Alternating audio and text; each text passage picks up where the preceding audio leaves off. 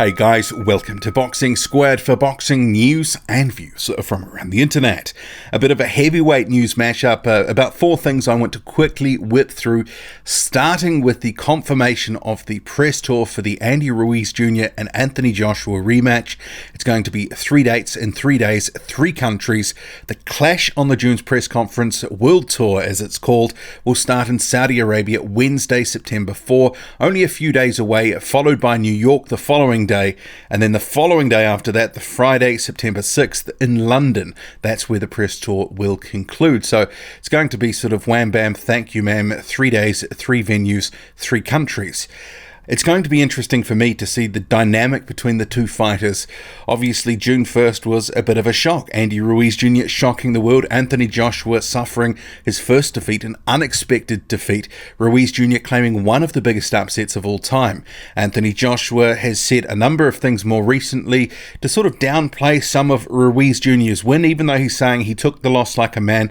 He's also, on the other hand, said Ruiz Jr. hit him with a lucky punch and that lightning won't strike twice and yada yada yada, and he's a few other things in public comments.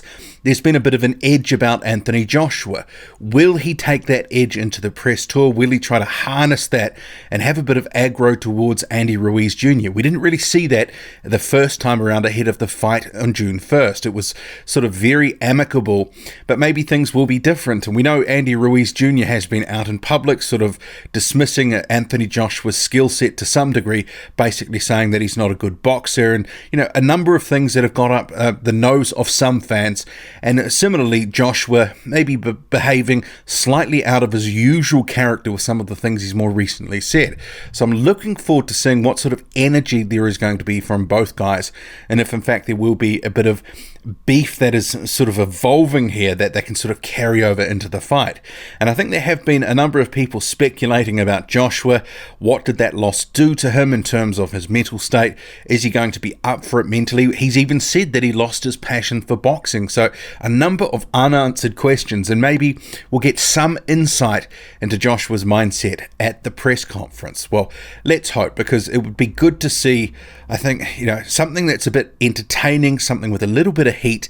I don't want it to be too spiteful, but I don't want it to go in there and it's very bland and vanilla, because if you see 3 days in consecutive days of that sort of thing, people will be put to sleep after day one. Anyway, moving on to a sort of related story. Eddie Hearn, Joshua's promoter, made some comments to Sky Sports of Joshua saying, I think he's just got to snap out of it. I think he was disillusioned with the sport because he wanted to fight Deontay Wilder. He couldn't get that fight, and as he said in the interview, he didn't really want to fight Andy Ruiz, but tough. You fought him, and you fought a real hungry guy. I think the great thing about this promotion is that now, for the first time next week, he can look the man in the eyes who was the only man to beat him as a professional. It's going to be absolutely huge. The whole world will stop to watch this fight. And I think it is going to be one of those sorts of edgier seat type anticipation heavyweight rematches, because we haven't actually had a lot to grasp onto in the heavyweight division in 2019. Sure, you had that upset in June, but apart from that, it's been a little bit humdrum. There haven't been as many big fights or good fights as many of us had been expected.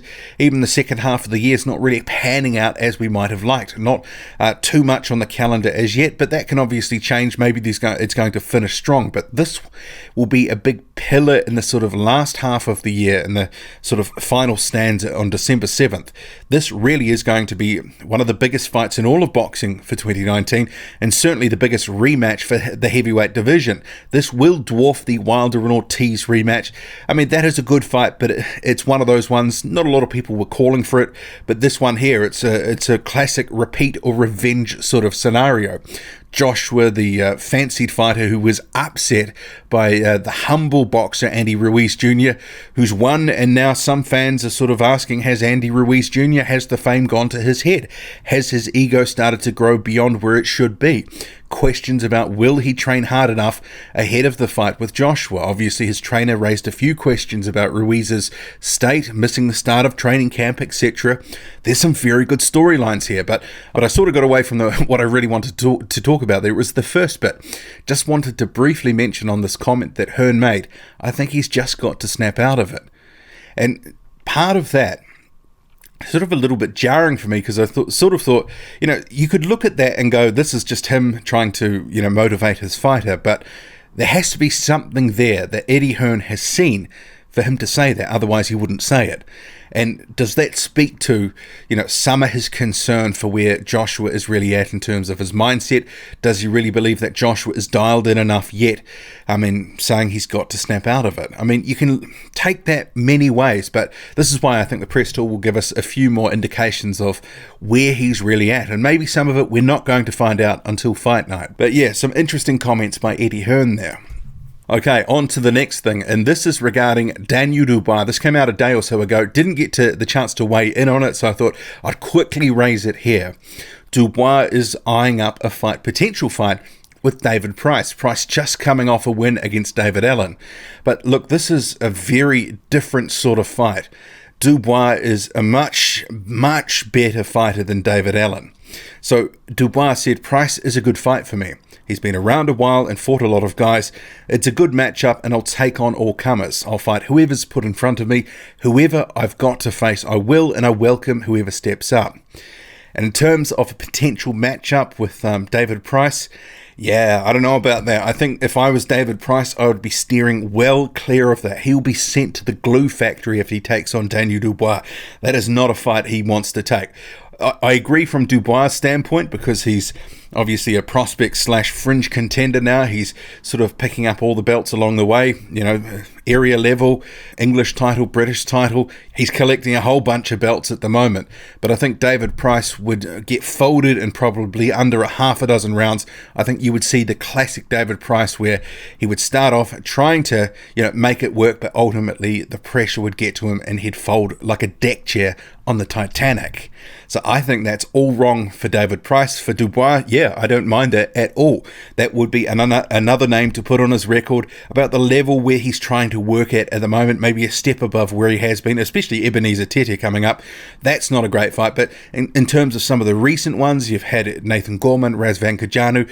If you put David Price there alongside those names, and Kevin Johnson also fought him, that's not too bad. I like that for Dubois, but for Price, yeah, stay away from that. Really stay away from that. And the last thing, we've got Tyrone Spong, his name coming into the mix for a potential fight with Alexander Usyk. Seemingly out of nowhere, you had Carlos Takam and Andrei Fedosov, the front runners for a fight with Usyk, but Spong's name has propelled its way to the top of the heap. Spong currently ranked WBO number 4. Usyk is obviously the number 1 courtesy of his mandatory spot. So that is really the only reason that this fight would make sense for Usyk, fighting a guy who's in the same sanctioning body that has a relatively high ranking. You can actually sell that to the public and say, this is number 1 versus number 4. This is the sort of stuff that Tyson Fury and Top Rank are doing with his current opponents. So I don't necessarily love the matchup.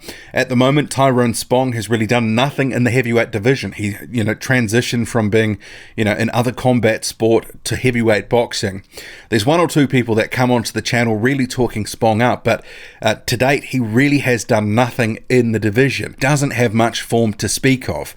He went life and death with a journeyman in his home country at the end of 2018. That was against Yotalo Pereira, and there was a debate, about whether he actually won that fight. He did injure himself in that. He's been rehabbing a hand injury, and he's about to enter, and this is a day or so out from this video being recorded, into a tune-up fight in Mexico. So putting that aside, gets through that, gets the Usyk fight. He would be coming in underdone, and I wouldn't like his chances, but this really would be sold off, him being the WBO number 4, which you can kind of argue, does he really deserve that status on the basis of who he's been fighting?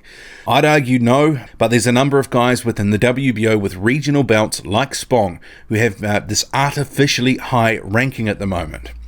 But yeah, what do you make of it? A potential matchup between Tyrone Spong and Alexander Usyk. Can't say that does much for me. I would have preferred the more seasoned Carlos Takam or even Andrei Fedosov, because they are more known quantities. You know what you're getting. With Spong, sure, we know he's a big puncher, but he's unproven in the heavyweight division. Drop a comment, loud and often. Hit like, hit subscribe. Follow me on Twitter, boxing_squared. I'm out.